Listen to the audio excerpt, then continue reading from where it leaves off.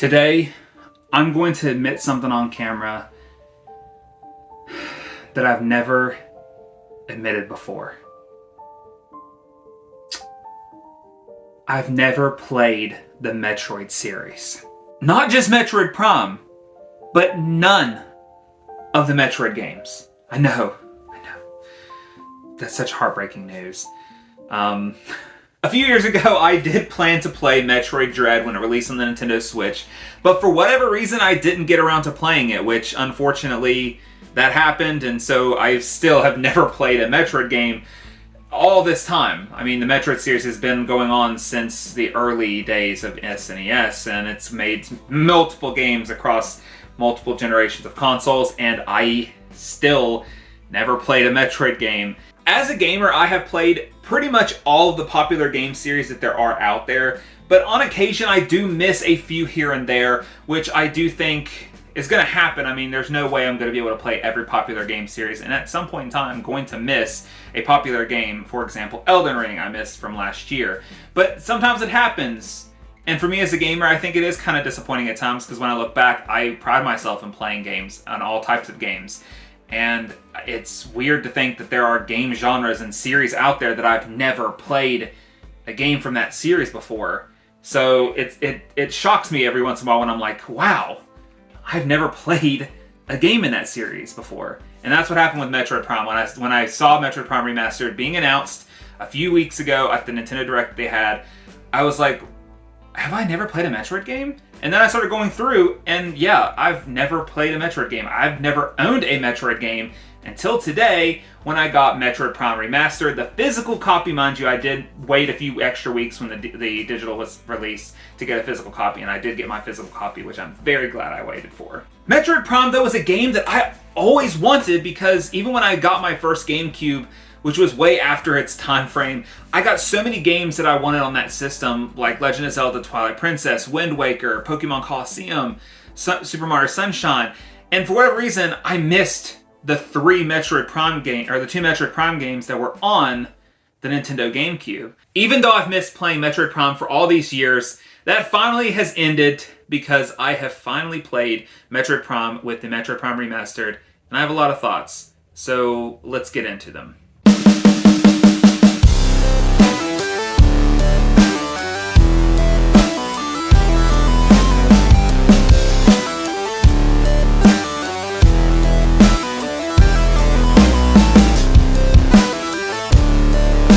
Metroid Prime for me is a series that I've always thought of as, oh, that's the Nintendo version of Halo.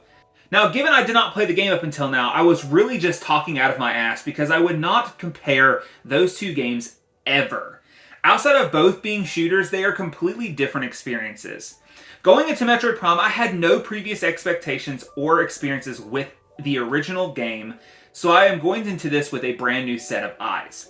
What I do know from what others have said is that Metroid Prime Remastered is a complete upgrade made from the ground up, and is on par to games like Dead Space and Resident Evil 2's remakes, instead of the Super Mario 3D All-Stars, which was more of a launching the same exact game onto the next console, and of course that was a big disappointment. Some background though for those who are like me, who've never played this series before. Metroid Prime is a first-person shooter with puzzle elements to solve throughout the game.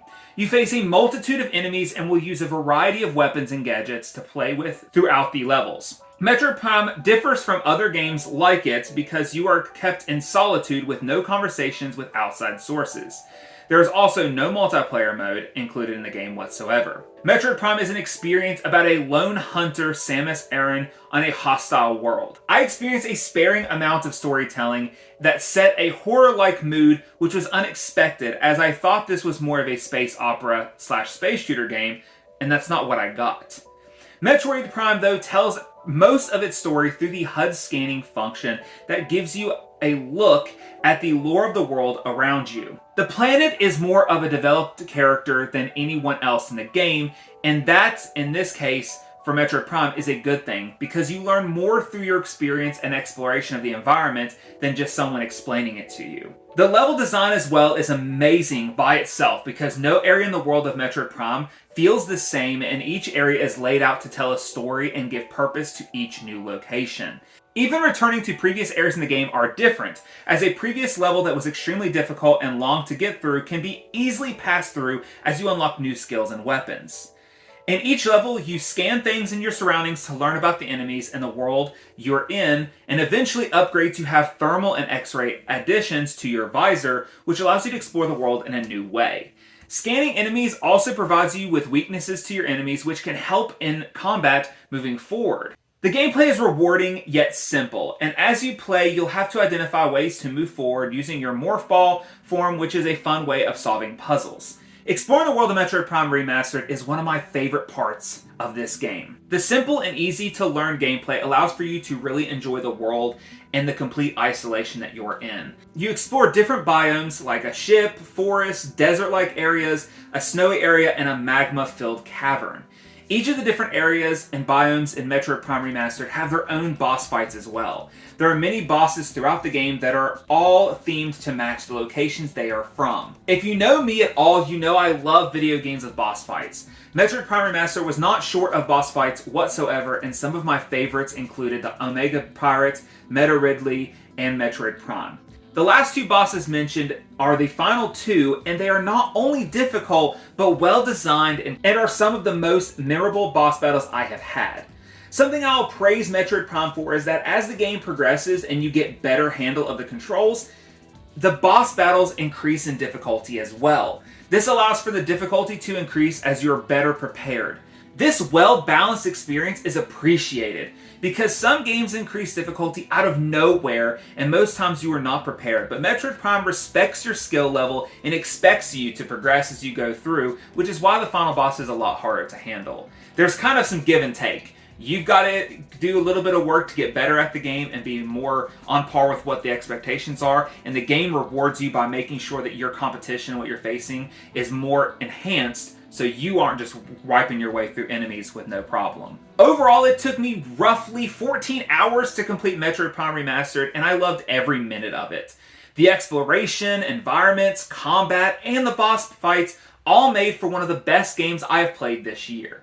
And to think, this was a remaster of a game that's been out all those many years ago on the GameCube, and yet it still stands today with very little changes outside of just making the game look beautiful and play much better. And honestly, it's ridiculous that I've missed playing this game all the way from when the GameCube first came out. And though I never played Metroid Prime till today, I'm very happy with the end result. I am not disappointed in any way with my entire experience, and honestly, maybe I'm benefiting from experiencing Metroid Prime at its perfection. The Metroid Prime original game, I have no means of saying anything about it or giving any input on how it was, but if I have to gather that most of the problems that people had with the game before was the controls and it felt a little hard to control at times, that's not the case in today's game. Metroid Prime Remastered feels so good to play, and it's not hard at all to pick up and enjoy this game for any person who is used to first-person shooters. If you've never experienced Metroid Prime before, I highly recommend playing Metroid Prime Remastered. This is probably one of the best remastered games Nintendo has released ever. And I would love to see Metroid Prime 2 and 3 get the same treatment before we get a Metroid Prime 4. If we ever get Metroid Prime 4. Well guys, that's it for today's video. I hope you enjoyed it. That was my thoughts on Metroid Prime Remastered. I'm very glad that I finally played this game, and though it's taken me all these years to get to it, I'm not disappointed whatsoever. But if you guys enjoyed today's video, I would really appreciate if you liked this video. Comment below what you thought of Metroid Prime Remastered, and tell me what your favorite boss fight was from the game. I want to hear everyone's opinions, because there are so many of them that I feel like we all can have an opinion on what our favorite was from Metroid Prime.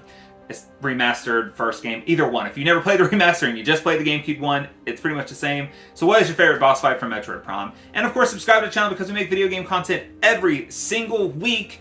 And I would greatly appreciate if you also hit that notification bell so you're notified when I have new videos up as they are released. But thank you guys for watching today's video. I'm going to get back to playing some video games because they're not going to play themselves. So I'll see y'all next time.